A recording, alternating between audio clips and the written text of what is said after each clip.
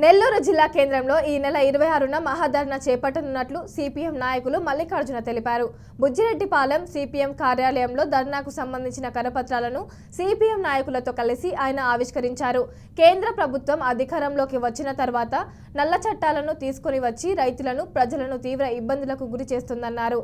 అన్నింటినీ ప్రైవేటీకరణ చేస్తూ కార్మికులకు తీవ్ర అన్యాయం చేస్తుందని ఆరోపించారు. రాష్ట్రంలో కూటమి ప్రభుత్వం అధికారంలోకి రాకముందు స్మార్ట్ మీటర్లను పెట్టమని చెప్పి నేడు అధికారంలోకి వచ్చాక స్మార్ట్ మీటర్లను బిగిస్తూ రైతులపై పెను భారాన్ని మోపుతుందన్నారు. దేశంలో అత్యధిక శాతం మంది ప్రజలు వ్యవసాయ ఆధారంగా జీవనం సాగిస్తూ ఉన్నారు. కేంద్ర ప్రభుత్వం గతంలో రైతులకి ఇబ్బందికరమైన నల్ల చట్టాలు తీసుకుని వచ్చింది. దాన్ని రద్దు చేయాలని పోరాడి ఢిల్లీలో దాదాపు 2 సంవత్సరాల పాటు రైతులు సాధించుకున్నారు.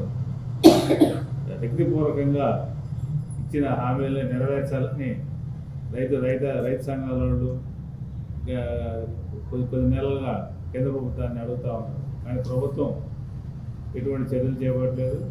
అందుకు నిరసనగా రేపు నవంబర్ 26వ తారీఖున రాజ్యాంగ దినోత్సవం రోజున దేశవ్యాప్తంగా అన్ని జిల్లా కేంద్రాల్లో ఆందోళన దిగుతూ ధర్నాలు చేస్తూ ఉన్నారు. అందులో భాగంగా రేపు 26వ తారీఖున నెల్లూరులో గాంధీ బొమ్మ సెంటర్ నుంచి ర్యాలీగా వెళ్ళి కలెక్టర్ కార్యాలయంగా ధర్నా ఉంటుంది. ఈ ధర్నాకి జిల్లాలో ఉన్న రైతు సంఘాలు, అదే వ్యవసాయ కార్మిక సంఘం, పౌర రైతు సంఘం, అన్ని కార్మిక సంఘాలు, ఈ కాకుండా ప్రజా సంఘాలు కూడా పాల్గొని ఇబ్బంది చేయాల్సిన అవసరం ఎంతైనా ఉంది.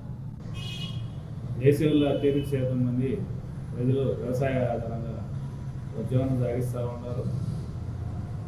కేంద్ర ప్రభుత్వం గతంలో రైతులకి ఇబ్బందికరమైన నల్ల చట్టాలు తీసుకుని వచ్చింది. దాన్ని రద్దు చేయాలని